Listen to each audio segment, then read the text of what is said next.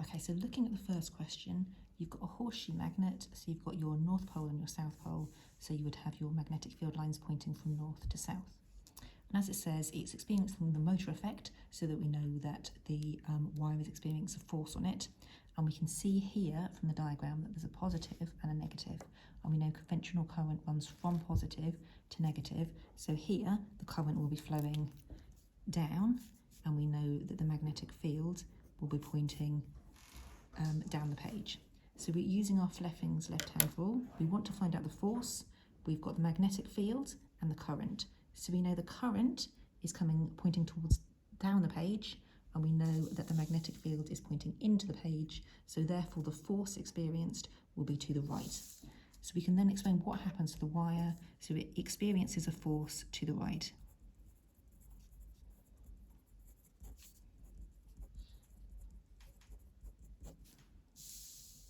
So then thinking about the next question, it says, what did you notice if the following changes were made? So if the magnetic field was reversed, then what would happen would be, if you're thinking about your Fleming's left-hand rule, if the magnetic field was reversed, then the force would be in the opposite direction. So the force would be to the left.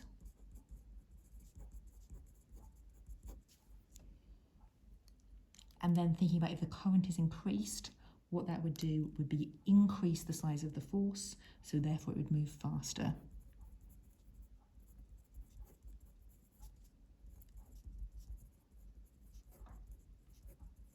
And either one of those 2 points would get you the mark for that question.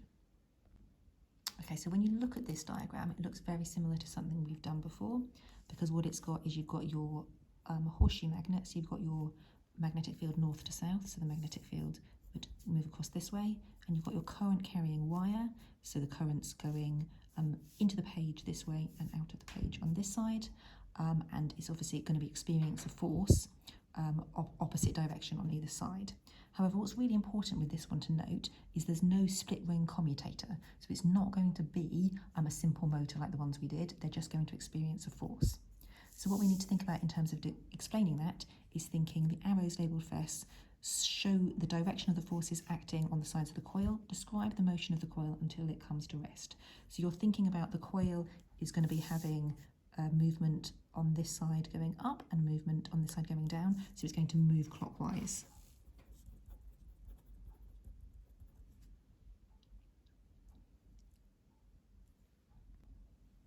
As it's moved clockwise, it's going to get to the top, and if it moves a little bit too further around, the force will push it back, so it's then going to oscillate slightly or move backwards to get it back until it comes to rest at 90 degrees to the field. In fact, this mark in the middle is often the hardest one to get. A lot of people get it moves clockwise and then it comes to rest at 90 degrees. But a lot of people miss that because obviously it's moving, it's then going to take a little bit of a while to come to rest. And then with C, we're thinking most electric motors use electromagnets instead of permanent magnets. So we're then thinking about features of an electromagnet which control the strength of the magnetic field obtained. So it's thinking about, if you remember with our magnetic field, when you created your electromagnet, or we did in demonstration, thinking about the greater number of turns of coil increased the strength of that electromagnet, which we saw from the number of paper clips it turned up. But we call that number of turns of coil.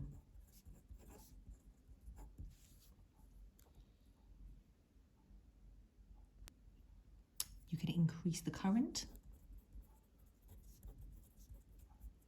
which would then increase the strength of the magnet because the magnetic field in the wire would be stronger, so the number of turns of coil, keeping the same number of turns of coil, would still increase the strength of the magnet.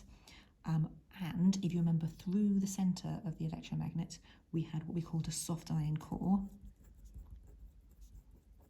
which helped increase the strength of the magnet. Okay, so here we've got a similar question where we've got our power supply, we've got our wires, and we've got our magnet.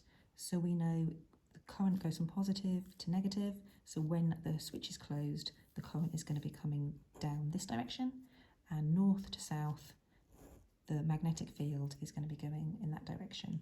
So with our F, B, I, B is going in this direction, the current is going down the page, so the force on the wire is going to be in this direction, so forwards. So that's going to be our force. The first question, though, is looking at the effect which is being demonstrated.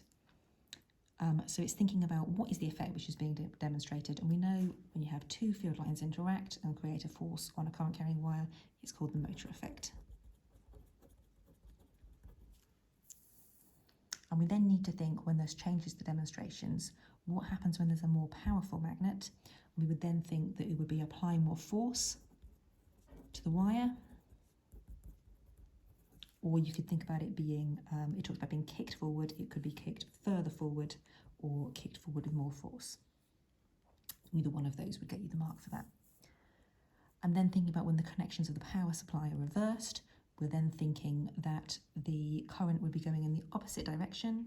So rather than going forwards, the force would go in the opposite direction backwards. So if the connections to the power supply are reversed, the wire would kick or move backwards.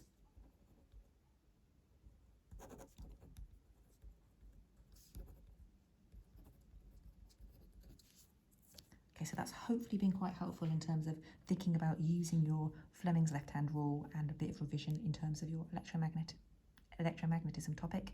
And please do email me if you've got any other questions.